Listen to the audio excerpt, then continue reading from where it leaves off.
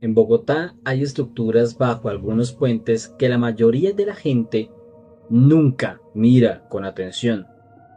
Son una especie de cámaras de concreto construidas dentro de una estructura en el mismo puente. Es decir, esos pequeños recintos que ves, que tienen sus puertas, que tienen sus ventanas, pero sé que no has visto esto y ahora que te lo estoy diciendo vas a prestar atención, porque es que algunas de esas estructuras tienen sus ventanas, pero no tienen puertas, o puede que tengan puertas, pero no tienen ventanas, lo cual resulta ser bastante curioso y deja mucho en qué pensar.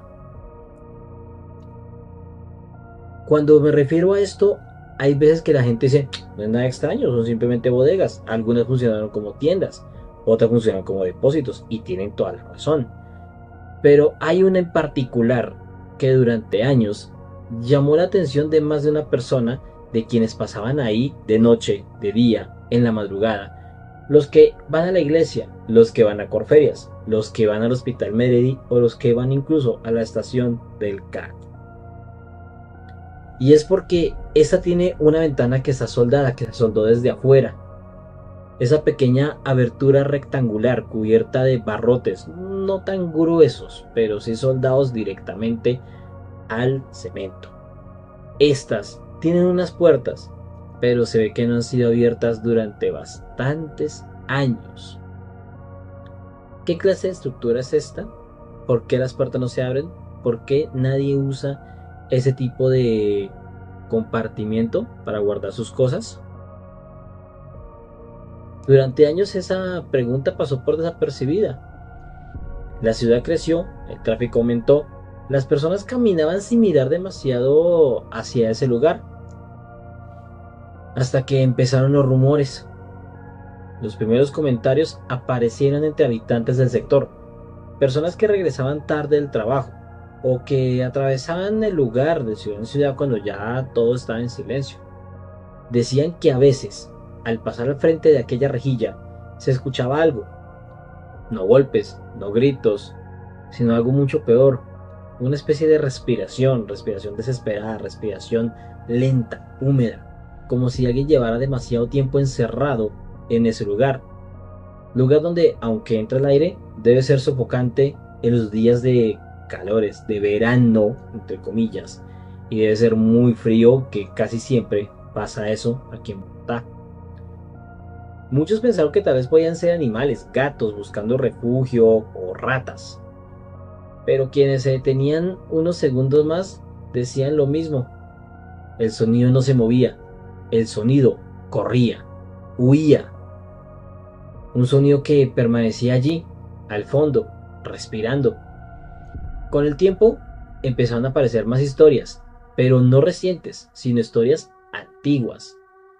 Personas mayores del barrio, personas ya de tercera edad que recordaban que hace décadas atrás aquella estructura, aquel puente, tenía esa misma rejilla, ese mismo cubículo, digámoslo así, pero que estaba sellado y que está exactamente igual a como está ahora, que su única diferencia son los grafitis que ponen a los lados.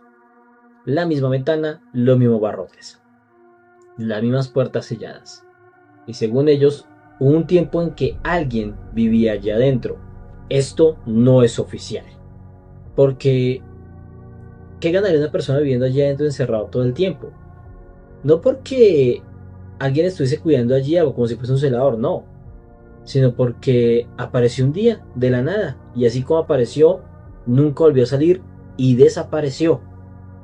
Decían que era un hombre extremadamente delgado, de piel pálida, barba larga y muy desordenada, con ojos realmente hundidos, como si hubiera pasado demasiado tiempo en la oscuridad.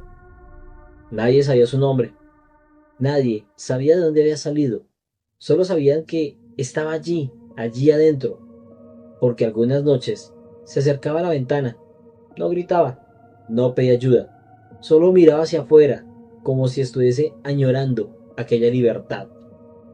Quienes se atrevían a acercarse lo suficiente decían que su olor era realmente insoportable, una mezcla de humedad, sudor viejo y obviamente fluidos corporales y algo más, algo que parecía ser carne entre comillas descompuesta, aunque nada de eso inquietaba más que ver que ese hombre extendía sus manos a través de los barrotes. Jamás intentaba salir, no, es como si él supiera que no podía salir de allí, o más bien que no debía salir. Y durante un tiempo, según cuentan los lugareños, algunas personas le dejaron comida cerca a aquella ventana, pan, fruta, sobrados de la casa, sobrados del almuerzo o de la comida. Pero casi siempre aquellos sobrados aparecían afuera de aquella estructura intactos, como si él no quisiera comer o por lo menos no pudiese comer, como si esta persona estuviese amenazada o algo. Muchos dicen que él simplemente estuvo allí, observando, sin importar nada. Con el paso de los meses, el miedo empezó a crecer. Había algo profundamente incorrecto en esa situación. Nadie sabía cómo había entrado, porque obviamente, como dije, la puerta estaba cerrada. Nadie sabía quién era.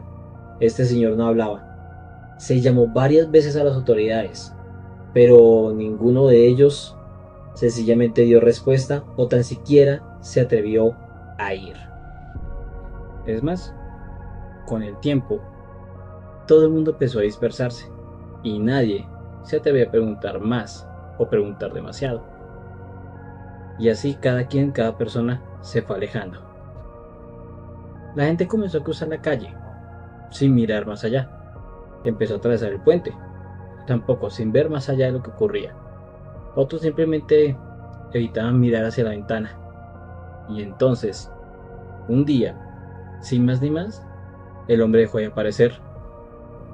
No hubo gritos, no hubo ruido, simplemente dejó de estar. Algunas personas pensaron que finalmente había muerto dentro. Otras dijeron que quizás alguien lo había sacado durante la noche. Pero cuando varios curiosos miraron con cuidado hacia el interior con linternas, no encontraron absolutamente nada. Ni ropa, ni restos, ni rastro alguno de que alguien hubiese vivido allí. Estaba solo el concreto, solamente la oscuridad y el eco, el vacío de un espacio cerrado. Los años pasaron obviamente y la ciudad siguió creciendo, pero las historias jamás se olvidaron. Y es más, la estructura sigue ahí y según dicen todos, sigue exactamente igual. Esa misma ventana rectangular con los mismos barrotes soldados al concreto. Y aunque la mayoría de personas pasan sin notar algo extraño, hay quienes aseguran que si uno se queda mirando a su interior demasiado tiempo, puede escuchar algo. No golpes, no pasos, solo una respiración lenta que parece venir del fondo, de la oscuridad, como si alguien todavía estuviera allí, esperando.